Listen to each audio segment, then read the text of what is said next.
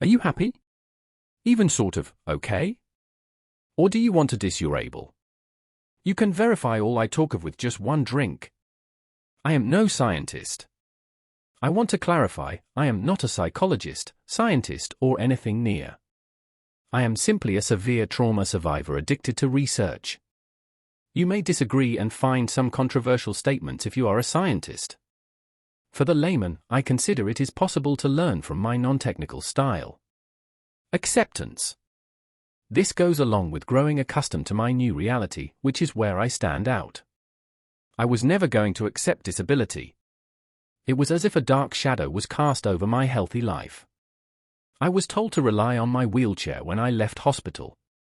I arrived home and parked the wheelchair in a corner and said, "That's the last time I get in that thing," and it was. I lurched everywhere at first, fell over many times, could not do stairs, but was convinced of my steady improvement.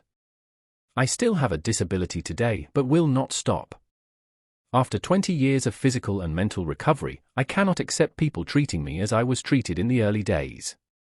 I am striving for equal treatment. I accepted in rehab I would not be able to sketch anymore or write with my dominant hand. I gave in finalizing hand therapy.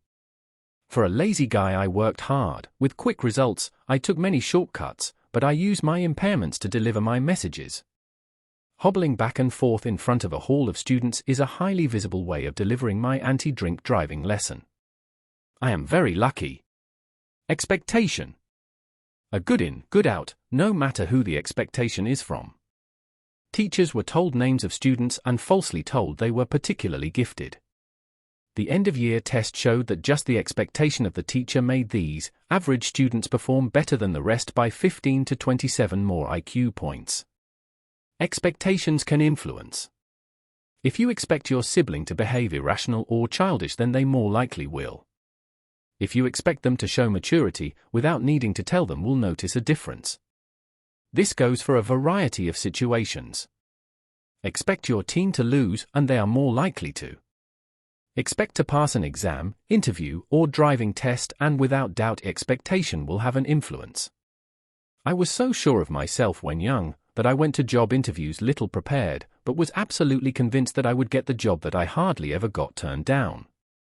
Expect the best for family, friends, neighbors, and the community, and sure enough your reality will change, likewise, if you expect the worst. Speech, touch, posture and facial expression all communicate expectations. Children are taught these nonverbal expressions without even knowing what they intend. Fear given into causes doubt, which leads to expectation and beliefs being formed. Self-expectation is just as prevalent as what you expect from others. Shakespeare, assume a virtue and this is yours. Role models and people you admire assume to own the same qualities and you will surprise yourself. Ascension. All people need to ascend something or other, but people with disabilities have a bigger task. They ascend their own rules. What I mean by this is that as realism melts, a new reality emerges. The despair of the abyss enveloped for me and many others. Disability, when referred to, often invokes pictures of physical impairment. However, this word infers mental disorder too.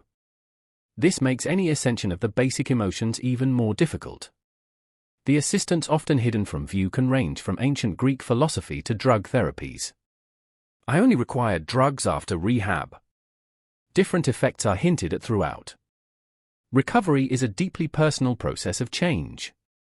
Whether a meaningful and satisfying life is reattained remains in question, because the opposition from fellow humans can at times decline power and happiness. I do not intend to inhabit my old unhealthy view of people with disabilities, which was that we always have something to whinge about. For me, it's important to come to this place before you judge, as you will have more than enough gripes. Most healthy people will not be able to fully appreciate the stigma of stigmatization. I am trying to paint a clear picture in this book. I have made adults cry on a rehab course with my stories. I have had feelings of trepidation as I have made whole halls of students go silent. I am not boasting, I just want you to acknowledge the power of what you are looking at.